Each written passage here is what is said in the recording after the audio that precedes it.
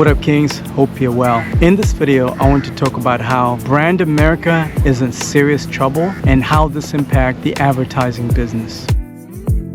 When I say Brand America, I am talking about internationally. You might not see it where you are, whatever city or state you're in right now, but I travel a lot. And I travel to different cities, different countries, so I'm able to get a good sense of what's happening. And if you go online, you'll see a lot of Canadians that are talking crap about the United States. And don't you think for a second your brand is not affected? Once people start talking trash about Brand America, of course, anything related to America will be affected. But I think there's a massive opportunity for advertisers to tap into the positive and create a positive spin to this negative press that is going on internationally. Like I said, you in America, you don't have any perspective probably, but I have a lot of perspective of what's happening. And even if you go online, you'll see exactly what I'm talking about.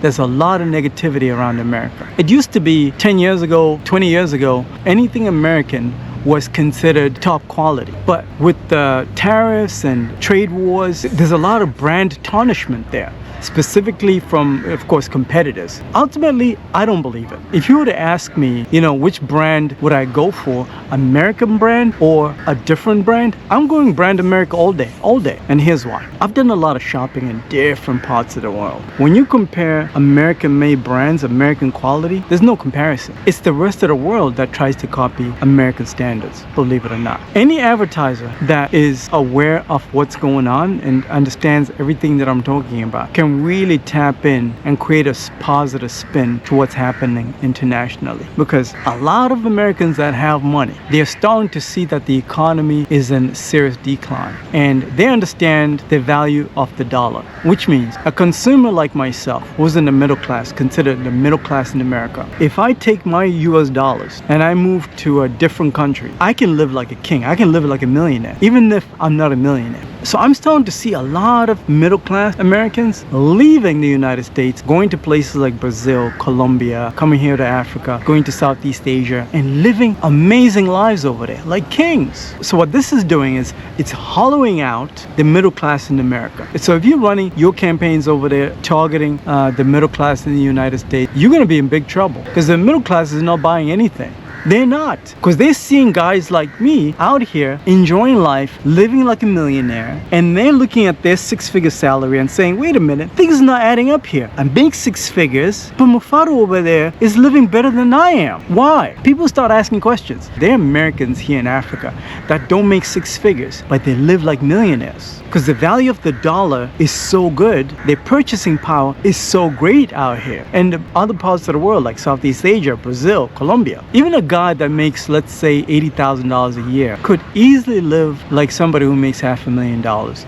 I'm talking about quality of life. Your quality of life here in this city that I'm in East Africa at $80,000 a year is equivalent to like $500,000 in Atlanta. This means you get a maid, you get a nice house, and all that stuff. So the middle class that is still in America is seeing all this stuff. We're in the information age now. Nothing is a secret anymore. All this information is traveling. Because once somebody gets to the grocery store and sees that their purchasing power is horrible, they're going to start looking for answers why this is happening. And they go on YouTube and they see somebody else who looks just like them talking about how great of a quality of life they have over there in Southeast Asia. It's common sense. People are logical. Advertisers have an opportunity now to tap in, because once these American expats come out here, they start families. They start having kids, 2, 3, 4, 5 kids. Every single American family that I interact with here has nothing less than 3 kids. I know a family that came here with just 2 kids. Now they got 6 kids.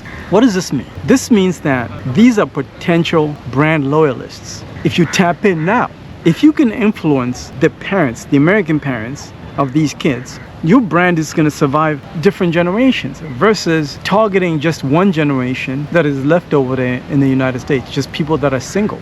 And this is the same exact strategy that brands like McDonald's, Coca-Cola used for decades, tapping into the younger generation so that by the time they got to their adult years, they were still loyal to that brand. So I think If you're an advertiser or you're a brand, you should seriously consider expats that are living outside of the United States, because that's where the real growth is. That's where the real brand awareness is going to be long term. If you're not thinking long term as a brand, you are really short-sighted. So if you're interested in working with the best and you understand all these dynamics that I just talked about, I'll put a link in the description of this video. Schedule some time to talk about the perfect strategy for your brand and make sure all your programmatic campaigns that you activate will actually convert, because there's nothing worse in this economy than running campaigns that are not converting and you're not getting the proper return on your investment. But we know how to do it the best, the Programmatic Kings. Schedule some time. Put a link in the description of this video. I'll talk to you soon.